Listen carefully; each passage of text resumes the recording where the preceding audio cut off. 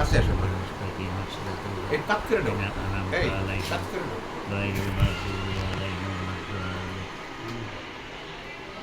আজকে এখানে আমরা কেন উপস্থিত হয়েছি? খালিক ভাই অসুখ, তার জন্য দোয়া করবো। তার মোহাম্মদ সুমাইর জন্য একটু দোয়া খারেকা বাইরা মিলন হওয়া। আমরা এখন যেহেতু হুজুর আছে একজন রহুল, সেই দোয়া করুক, তার কথাগুলো শুনো। আর রোগ মুক্তির জন্য দোয়া করি, আল্লাহ পাক তাকে সুস্থ করুক। আর যদি হায়াত না থাকে তাহলে মানুষ তাকে নিয়ে যাবে।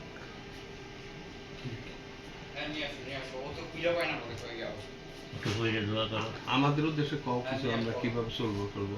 আমরা কিভাবে চলবো? আমরা তো চলতেই আছি, আল্লাহ সাথে আমাদেরকে ভালো চালাই আছে, সবাই সহযোগিতা। আর বইয়ের মধ্যে একজন বেশি যায়, আর বাকি কাটা কখন যায় কোনো হিসাব নাই। এটার আগে পিছিয়ে নাই।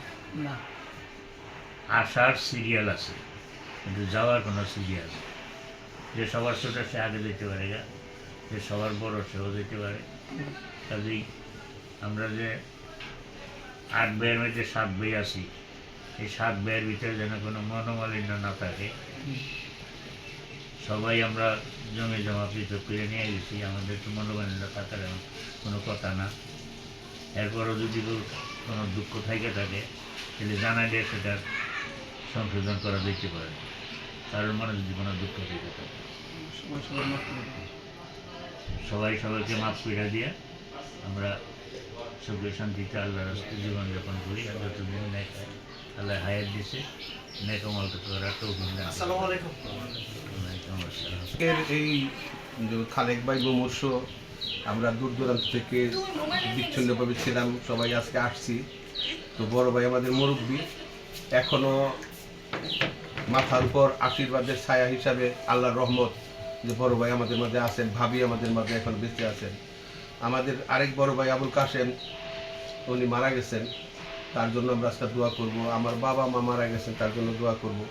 আর আমার একটা অনুরোধ, আমরা এই ভাইগুলা, মানুষ বলে যে আমরা নাকি খুব এক, মানে আমাদের মধ্যে কোনো বিরোধ নাই।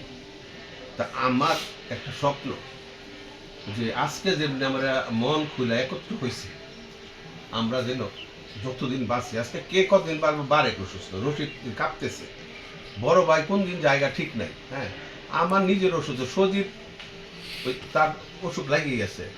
তো আমরা তো কেউ সুস্থ না। মুকুল, আমি ভয় পাই সবচেয়ে বেশি মুকুল, যে কোন দিন শুনি একটা ফোন আসলেই মনে হয় যে কার যেন কি হয়ে গেল।